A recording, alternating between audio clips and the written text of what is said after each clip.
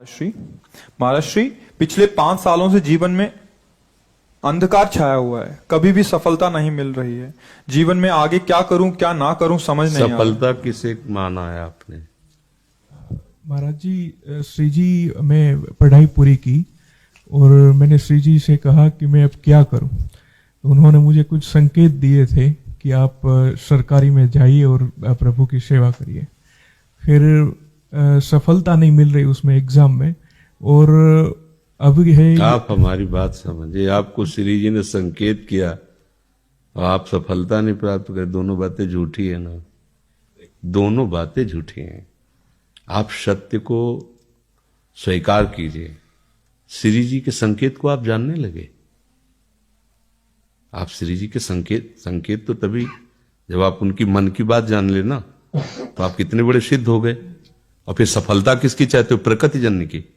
आप श्री जी के संकेत को जान जाओगे तो श्री जी के प्रेम की सफलता चाहोगे, लोकवत नहीं। और ये लोक की सफलता, सुनो पहले, प्रारब्ध के अधीन है। इसकी सफलता के लिए श्री जी से प्रार्थना मत करो। हमारी बात समझना। विद्यारण्य जी एक बहुत बड़े महापुरुष हुए हैं। उन्होंने अपने माता पिता को सुखी करने के लिए, धन प्राप्ति के लिए गायत्री अनुष्ठान किया। ब्राह्मण कुल में जन्म हुआ था। एक पुरस्चरण 24 लाख गायत्रिक होता है।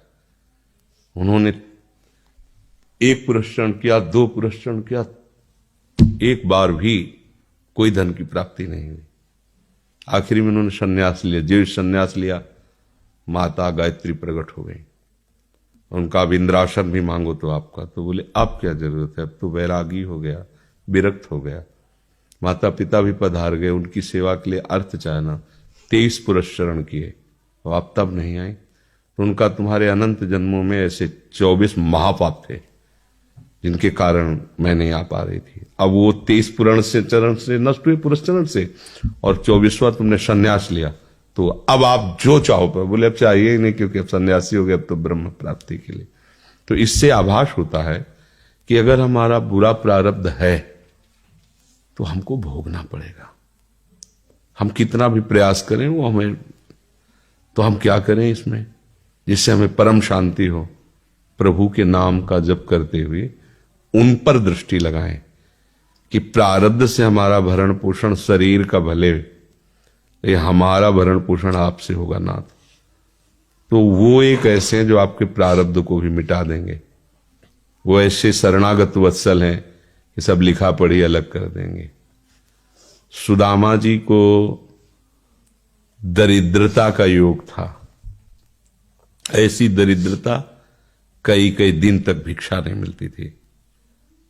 ये जितने भी चरित्र हमारे लिए उदाहरण है। मांगने जाते थे तो मांगने से भी नहीं मिलता था, कई कई दिन। तो एक दिन उनकी पत्नी ने कहा कि हमारा आपका तो चरणामृत से भी गुजारा 2 दिन 3 दिन हो, 4 दिन हो, छोटे छोटे बच्चे तो मर जाएंगे ऐसे। कुछ तो उनका श्री कृष्ण के सिवा हमारा कोई नहीं। अब हम क्या कर सकते हैं? प्रारब्ध जब बिगड़ता है ना, वो कोई सफलता नहीं होने देता। तो एक दिन श्री रुक्मिणी जी प्रसाद ठाकुर जी को भोग पा रही थी, प्रभु ऐसे रोक दिया, उदास हो गए। तो उनका प्रभु ऐसी स्थिति हमने जब जब आपकी देखी, तो किसी भक्त को जब कष्ट होता है तब आपको ऐसे देखा है। कौन सा भक्त है और क्या कष्ट है? तो का एक सुदामा नाम के हमारे मित्र हैं, कई दिन से भोजन भी उनको, प्रभु आपके मित्र और मैं आपकी दासी, महालक्ष्मी का अवतार रुक्मिणी, आप हुक्म कीजिए, लोक लोक की संपत्ति वहां। बोले उसको चाह नहीं है, हमारे मित्र को चाह नहीं है, और चाह ना होने पर हम विवश हैं। अगर वो चाह कर ले तो सारी व्यवस्था हो जाए। बोले पैदा करो जाके चाह। बोले उनके हृदय में तो नहीं पैदा कर सकते, हम भी, क्योंकि जिस हृदय में भगवान का आश्रय और निरंतर चिंतन है वहां माया की चाह नहीं होती।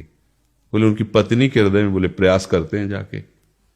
भगवान संत वेश में गए, भिक्षाम दे, वो निकली। अतिथि का सत्कार करना गृहस्थ का धर्म होता है। हाथ जोड़ा और कहा हम असमर्थ हैं, आपको भिक्षा नहीं दे सकते। क्यों? बोले हम अपवित्र हैं, हमारे ऊपर सूतक लगा हुआ है। किस बात का सूतक? हमने एक पुत्र जन्मा है तो ठीक है, हम 10-12 दिन बाद आ जाएंगे। बोले नहीं, आजीवन अपवित्र रहेंगे। तो ऐसा कौन सा? बोले दरिद्रता रूपी। विद्वान की पत्नी है तो ऐसे उनका दरिद्रता रूपी पुत्र का जन्म, अर्थात सीधे कि मैं नहीं दे सकती या देने योग्य नहीं, ऐसा न कहीं कहा, मैं अपवित्र हूं। तो उनका दरिद्र कैसे हो सकती हो? जिनके पति के मित्र द्वारिकाधीश भगवान श्री कृष्ण है, वो दरिद्र कैसे हो सकता है? एक बार कहो ना अपने पति से। चले गए। जो सुदामा जी आए तो उन्होंने कहा कि देखो, आज एक अतिथि आए थे, उनको मैं कुछ नहीं दे पाई, मुझे बहुत कष्ट है कि मेरे पुत्र और आए हुए अतिथि का भी हम स्वागत नहीं कर सकते, उनका भरण आपके मित्र द्वारिकाधीश प्रभु श्री कृष्ण है। सुदामा जी ने कहा, बोले चले जाओ ना, वो कुछ न कुछ सहयोग कर देंगे। तो बोले हम ऐसे मित्र नहीं बनाए कि वो हमारा सहयोग करें, कभी नहीं, मर जाऊंगा पर उनसे ये नहीं कहूंगा कि आप हमारा। बोले मत कहना, दर्शन के लिए तो चले जाओ, वो सुना है इतने उदार हैं कि वो जाने पर ही दे देंगे। सुदामा ने कहा दर्शन के लिए तो जा सकते हैं, बहुत दिन हो गए, ठीक है, पर मित्र के पास जाए तो कुछ लेके जाना चाहिए, मेरे पास तो कुछ नहीं है ना। पड़ोस में जैसे किसी से मांगने गई तो, अरे समय जब बिगड़ता कोई नहीं होता साथ। एक ने थोड़ी उदारता दिखाई तो चावल पछोरने पर जो आगे कणका होते चावल के, जो प्राय वो लिए सुदामा जी ने कहा हमारे प्रभु भाव के भूखे, कुछ ले जाएंगे, खाली हाथ तो नहीं है।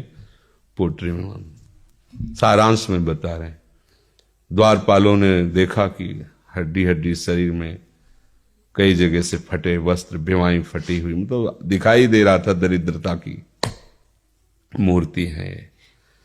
तो उनका किससे मिलना है तुमको? तो उनका श्री कृष्ण से। बोले संभाल के बोलो, क्योंकि पार्षद है, अनंत कोट ब्रह्मांडों के नायक प्रभु के ऐसे बोल कोई श्री कृष्ण कोई ऐसे गली आए, उनका जाके तो तुम बोलो ना, श्री कृष्ण से जाके कह दो कि एक सुदामा नाम के ब्राह्मण आए हुए हैं। पार्षद प्रभु बड़ा अजीब आदमी है, आपका नाम बिना किसी सभ्यता के ले रहा है। वो कह रहा श्री कृष्ण से कह, सुदामा कूद पड़े, भगवान दौड़े। वो पार्षद, वो सब की ब्रह्मा जी शंकर जी आते हैं तो वहां खड़े रहते हैं घंटों, भगवान ऐसे भागे जाके। सुदामा जी को पता था ना, हमारे रुक्मिणी जी के महल में रुक्मिणी जी के पलंग पर बैठाते हैं, स्वयं चरण पखारते हैं सब। अब ये वैभव, क्या हालचाल है, कैसे हो? प्रभु आप सब जानते हो, आपकी बड़ी कृपा है। तो ब्याह हो गया, हाँ ब्याह भी हो गए, बच्चे भी हो गए। हमारे पास आए हो तो कुछ तो लाए ही होगे। अब वो सड़े से कपड़े में चावल, कैसे बड़ी बड़ी वो वैभव, महारानियां सब भगवान का। चुप ऐसे बोले, देखो फिर चूक कर रहे हो, हमारे हिस्से की चोरी पहले की थी और फिर चूक कर रहे हो। और उन्हें हिम्मत नहीं पड़ रही थी, इतने महामहिम प्रभु को कैसे हो तंदुर। भगवान ने ऐसे छीला, ओहो आज तक मुझे ऐसा स्वाद नहीं मिला। भगवान बड़ाई कर रहे, देखो रुक्मिणी जी की आंखों में आंसू आ गया उधर से। भगवान पकड़ लिया हाथ, बस प्रभु हम आपके सिवा नहीं रह सकती। और भगवान तो सुदामा जी का स्वागत समान कुछ दिन, अच्छे कपड़े पहनाए। जब चलने लगे ना तो भगवान की तरफ वो देखते, मतलब कामना नहीं पर कि देखा पत्नी कह रही थी जाओगे कुछ न कुछ, चले प्रभु, हाँ ठीक, इधर से ऐसे चले जाना, हाथ भी खाली। प्रभु ने कहा देखो ये कपड़े जो है ना महंगे हैं, रास्ते में तुम्हें चोर बदमाश, तुम अपनी पोशाक पहने इनको उतार दो।